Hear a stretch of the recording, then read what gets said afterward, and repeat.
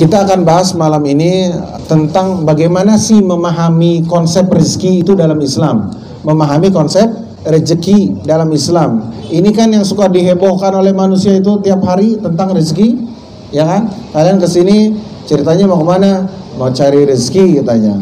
Yang punya usaha juga mau cari rezeki. Terjadi keributan di sana sini juga karena rezeki. Ada bunuh-bunuhan juga karena rezeki. Ada nama rezeki nggak di sini? Oh ada. Kalau nyari si rezeki itu gampang bilang Kak.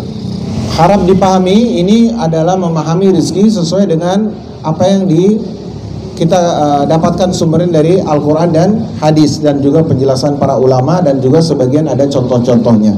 Kemudian beberapa hal jangan dipahami secara fatal. Misalnya rezeki itu sudah dijamin sama Allah, ya udah kita tidur. Nah, nggak ada yang ngajarin kayak gini nih. Tanya aja sama Nabi Muhammad juga para sahabat Nabi yang dikasih tahu saat itu bahwa rezeki sudah dijamin sama Allah, iya. Tapi nggak ada di antara sahabat Nabi itu yang ketika mendengar hadis ini kemudian kerjaannya tidur. Kalau misalnya pemahaman kemudian dari rezeki sudah dijamin itu kemudian tidur, tentu para sahabat Nabi yang paling pertama akan banyak tidur-tiduran. Nggak ada. Mereka semua bekerja dan berdagang dan usaha dan lain-lain.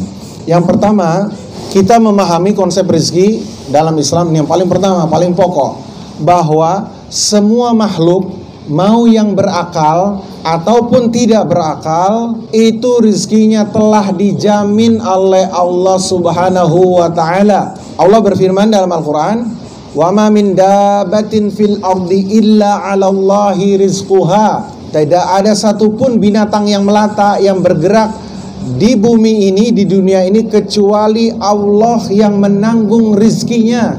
Itu dalam Quran surat Hud ayat 6. Kita yang ditanggung rizkinya, kita bisa kerja. Yang datang ke sini itu bisa juga bisnis dan lain-lain. Ada yang bisa dia pikirkan dengan akalnya, mengatur strategi untuk mendapatkan rizki. Tapi lihat, ini bambu-bambu di dalam kayu ada apa namanya? Rayap. Di bawah situ ada semut. Kadang kucing saya lihat ada di sini. Banyak sekali jenis. Dan mereka nggak ada yang kerja di cucurak. Jadi mereka pasti nggak dapat gaji. Ya kan? Semut juga nggak ada. Dan mereka juga nggak punya restoran juga. Lalu mereka dari mana dapatnya?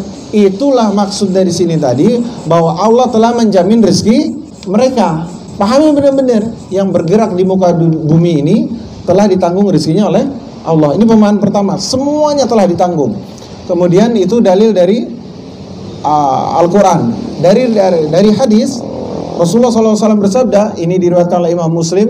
Rasulullah SAW bersabda, kemudian diutus malaikat ke janin untuk meniupkan ruh dan diperintahkan untuk mencatat 4 macam takdir. Buat manusia itu ada 4 macam takdir. Ketika kalian umur 4 bulan tuh di dalam perut ibu kita masing-masing, dan ibu kita juga di dalam perut ibunya, sama prosesnya sama. Yaitu ada 4 macam takdir yang ditiupkan ruhnya oleh malaikat. Yang pertama apa? Pernah dengar? Takdir tentang rizkinya. Yang kemudian takdir tentang ajalnya. Kemudian tentang amalnya. Dan juga tentang bahwa dia itu bakal celaka atau bakal selamat. Nah, kemana kita mau bawa maksud ayat ini? Yang tadi sudah dijamin. Yang kedua lebih kenceng lagi penjelasannya. Amal, kemudian rizki, kemudian juga ajal, kemudian baik dan buruk sudah. Makin kenceng aja nih, bahwa semuanya sudah disetting sedemikian sempurna oleh Allah. Pertama yang mau kita bawa pemahaman ini adalah bahwa siapapun kita, Pak, orang tua saya sudah meninggal, ibu saya meninggal, saya yatim piatu, ada lagi yang yatim, ada lagi yang piatu doang. Saya bercerai yang perempuan, Pak, saya bercerai juga yang laki-laki. Kemudian ada yang lagi bilang, aduh gimana ini ya Allah, suami saya lumpuh, sakit. Ini di belakang anak saya 7, gaji saya di sini padahal berapa? Semua macam-macam kasus di dalam hidup ini. Yang kalau dihitung pakai kalkulator pasti nggak jelas, rusak kalkulatornya juga nyerah. Ngitung segini gimana, gaji 1,5 juta yang ditanggung 7 orang. Nah, masukkan ini ayat ini dan hadis ini. Ini maknanya adalah Berapapun anggota keluarga atau siapapun yang menjadi turunan di bawah kita yang kita tanggung, mau 100 orang sekalian, dengan gaji kalian cuma 2 juta, kalian tanggung 100 orang. Allah mengatakan apa? Hakikatnya mereka semua yang memberikan rezeki itu siapa? Allah, bukan kita, bukan Pak Hari juga, bukan yang punya resto dan lain, bukan, tapi Allah. Jadi kita yang bekerja dan menjadi perantaraan rizki Allah yang akan kita salurkan ke emak kita, ke bapak kita, ke kakek kita, atau siapapun, atau kita infakkan nanti ke sedekah ke orang miskin, itu datangnya dari Allah. Imam Ibnu Katsir menceritakan begini, suatu ketika ada orang, ini sama terjadi dari dulu sampai sekarang, dari ribuan tahun lalu sampai sekarang, urusan manusia yang gini-gini itu sama-sama aja. Orang ini mengeluh kepada Ibrahim bin Adam. Ibrahim bin Adam ini seorang ulama besar. Dia mengatakan, wahai syekh gitu ya, ini kumahanya, yuk anak saya teh dari istri pertama 5, dari istri kedua 7, 12, saya sakit-sakitan lagi gini, aduh gimana ya gitu. Lalu kemudian apa dijawab oleh ulama tersebut kepada orang yang bertanya kekhawatiran dan kebingungan dan kerisauan. Dan ini kan melanda banyakan dari kita semua, besar dan kecilnya tergantung, ada yang sangat risau, ada yang sedang, ada yang biasa. Kemudian Ibrahim bin Adam menjawab dengan luar biasa sekali. Beliau menjawab apa? Anakmu yang rizkinya tidak ditanggung oleh Allah, silahkan kirim ke sini, bawa ke sini. Lalu seketika apa? Seketika orang itu terdiam dan tidak bicara lagi. Paham maksudnya? Punya anak 7, dia bingung, aduh gimana begini. Ulama itu bilang, mengingatkan lagi dia kepada keimanan dia. Kamu berapa? 7, 8, 12. Ngeluh apa? Iya ini gimana ya anak saya, aduh sekolah yang ini gini-gini. Lalu ulama itu bilang, di antara kurang lebih gitu, di antara 12 anakmu yang semua kamu khawatirkan, di mana di antara mereka yang tidak ditanggung rezekinya sama Allah, biar sini, aku yang urus. Ada yang berani bilang nggak? Ini nih 2, 3, semua pasti dia. Semua langsung kembali kepada kesadarannya bahwa tidak ada satupun yang tidak ditanggung oleh Allah. Luar biasa jawabannya. Pak, ini dulur-dulur kabeh loba nih kan, iya nak. Sama, bilang, ingetin diri kita ya, kalau kita khawatir kayak gitu, pilih di antara itu tuh siapa yang rezekinya tidak ditanggung sama Allah. Nggak bisa jawab kan? Kalau jawab berarti udah rusak tuh iman tuh. Nah, ingat ya, tapi kemudian perhatikan baik-baik, ketika semua dijamin, kemudian hadis juga tadi telah menyatakan juga dijamin, ini tidak boleh dibawa pemahaman ini kepada pemahaman yang ngaco alias fatal. Kenapa? Alasannya pertama, rizki benar telah ditanggung, tapi jumlah besarannya itu rahasia. Tempat diturunkannya di mana juga rahasia. Memang dalam Al-Quran Allah mengatakan, wa fis samai rizqukum wa ma tu'adun, dan di langit ada rizki yang telah Allah janjikan bagi kalian. Dan apa yang dijanjikan bagi kalian pasti turun. Cuman turunnya di mana itu nggak tahu. Kalau kalian kemudian punya rizki di Papua, kalian pasti akan berangkat ke Papua. Kalian punya rezeki 1 piring atau mungkin ada 50 piring sekian di kutub, kalian kan pergi ke kutub nanti. Pasti begitu. Dan gak mungkin salah. Tentu kalau ke kutub bisa gak sambil tiduran? Ya harus bergerak, ngurus paspor, apa. Itu artinya bahwa kita harus melakukan sesuatu. Kemudian yang kedua, Nabi juga mengajarkan kepada kita bahwa tawakal ingat ya, ingat bedain. Tawakal itu hatinya digantung ke Allah, bukan digantung ke kerjaan, bukan digantung ke restoran, bukan. Tawakal urusan hati, tapi ikhtiar urusan anggota tubuh.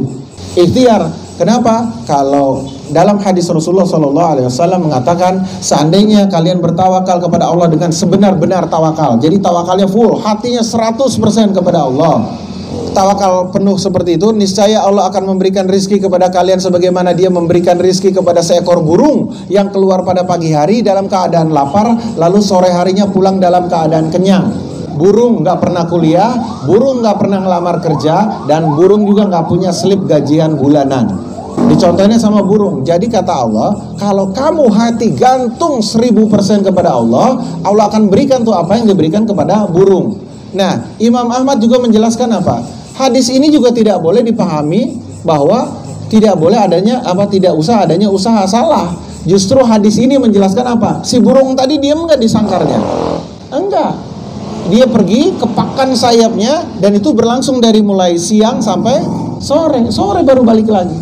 Itu menunjukkan si burung juga harus mengerjakan sunatullah, yaitu apa? Merancang ikhtiar dia.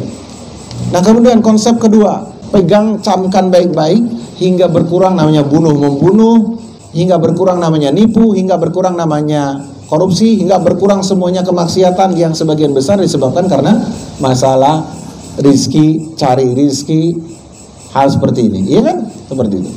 Ini penting. Setiap jiwa tidak akan dia mati sampai dia menghabiskan semua jatah rizkinya, sehingga siapapun yang hidup pasti akan dikasih rizki. Jadi tidak mungkin ada orang mati kecuali rizkinya telah sempurna. Jadi dia full, walaupun setetes air dia harus minum, pasti dia akan minum. Dan kalau setetes air itu belum dia minum, gak akan dia mati, walaupun itu mesti nunggu waktu 10 tahun, 20 tahun.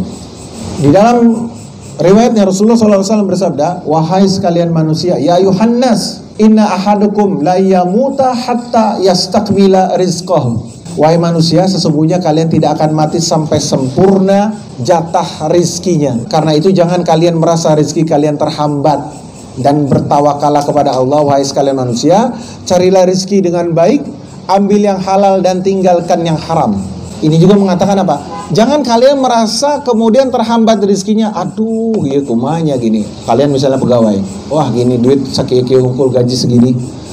Di ujungnya kan Nabi bilang, ambil yang halal, tinggalkan yang haram. Jangan karena kemudian Allah uji dengan memperlambat rizki itu, kalian kemudian melakukan tindakan haram, bikin teknik-teknik yang tidak adil, teknik-teknik yang licik untuk mendapatkan yang bukan hak kalian, dengan pikiran bahwa ini bisa mempercepat datangnya rizki kalian.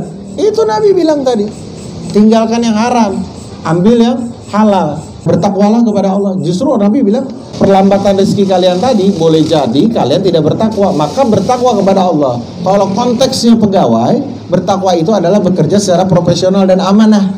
Ingat, kalian kerja sedikit lalu gaji mau banyak, nggak akan beres tuh gaji. Dapat kalian banyak, gampang ngibulin bos mah gampang, di mana-mana juga kali gampang. Manusia mah apa sih, mau taruh CCTV 20 biji juga ngakalin mah bisa. Tapi yang nggak bisa diakalin itu Allah. Dan Allah itu pasti balas. Allah pasti balas. Nah kemudian mengenai bahwa hubungan rizki tadi, bahwa tiap orang tidak akan mati kecuali dia telah sempurna rizkinya. Ada cerita menarik. Seorang ulama Syekh Shalih Al-Maghamisi dalam ceramahnya dia menyatakan, perhatikan nih, ceritanya luar biasa. Dan ini terjadi pada ayah saya juga sebelum meninggal. Apa? Beliau menceritakan ada seseorang terjatuh ke dalam sumur. Kemungkinan ini pekerja penggali sumur, dia terjatuh. Di dalam sumur dia berteriak-teriak, tolong, tolong, tolong gitu. Ada orang yang melihat. Lalu kemudian buru-buru semua melakukan berbagai upaya pertolongan hingga orang itu dinaikkan lagi ke atas. Selamat sampai di atas. Sambil di atas dia gemeteran, ketakutan, deg-deg seperti itu. Orang-orang menenangkan dia dengan memberikan minuman. Ada yang ngasih susu, diminum. Udah rada tenang, semua dikumpulin. Biasa kalau orang itu kita pasti ngumpul kan. Oh, Pak, kenapa Pak? Gini. Udah tenang, sabar Pak, gitu, mungkin gitu ya. Kemudian udah beres, ngomong-ngomong, Pak, tadi kenapa sih bisa sampai jatuh kayak begitu? Apa Pak, dijorongin apa gimana, gini. Lalu dia mulai nerangin, dia bangun, dia bilang, oh gini Pak. Oh, tadi tuh saya begini, kata dia. Dia nyontoin gitu kan. Tadi tuh saya gini nyontoin deket ke arah pinggir sumur. Pas nyontoin gitu, qadarullah, dengan takdir Allah, dia jatuh lagi ketika dia mempraktekkan cara dia. Kenapa dia jatuh tadi? Dan yang kedua ini, Masya Allah, dia tidak selamat dan meninggal. Apa hubungannya cerita ini dengan hadis tadi? Itu jelas 1000% menunjukkan keterkaitan hadis tadi. Makna yang ditunjukkan tadi, tidak akan mati kecuali rizkinya ada. Kenapa Allah selamatkan dia? Kenapa? Karena masih ada jatah dia 1 gelas susu demi Allah. La haula wala quwwata illa billah. Jadi ini pelajarannya banyak sekali. Salah satunya, gak usah khawatir, bikin saja kalian ketaatan semua dalam hidup ini. Dari mulai pagi sampai kita mau tidur lagi, pikirkan kalau kita bekerja, kalau kita usaha, pikirkan usaha kita ini agar berkah. Kalau kalian karyawan, pikirkan bagaimana bekerja sesuai tuntutan akan kerja. Yang lain udah diatur sama Allah. Ini luar biasa. Belum mati, ya juga pikir mungkin udah mati, tapi belum. maka diangkat sama orang. Ada satu gelas susu lagi. Saya ingat bapak saya sendiri, masuk di IGD, di ICU, udah semua alat ditancap, nggak bisa apa-apa, nggak bisa. Terus ayah saya ngasih kode, pengen makan. Saya bilang ke suster, ayah saya pengen makan. Makan apa pak? Katanya. Kemudian dikasih bubur sumsum yang cair, kayak gituin saya suapin tuh sambil tidur, alat udah pasang semua. Saya masukin gini, 2 kali kesedap, malah sesek napas, nggak bisa. Dan benar malamnya apa besok saya lupa, meninggal ayah saya. Satu pelajarannya, ada rezeki dia di Jakarta. Apa? Salah satunya bubur sumsum itu. Dan dia belum meninggal kalau memang catatan 2 sendok kecil bubur sumsum itu belum ayah saya masukkan ke dalam badannya. Luar biasa ya. Jadi antara mati sama rezeki itu bukan 100% lagi, 1000% kaitannya. Jadi kalau orang meninggal itu tuntas sudah, pundi-pundi rezeki dia sudah habis semua apapun bentuknya, termasuk obat yang mau dia makan.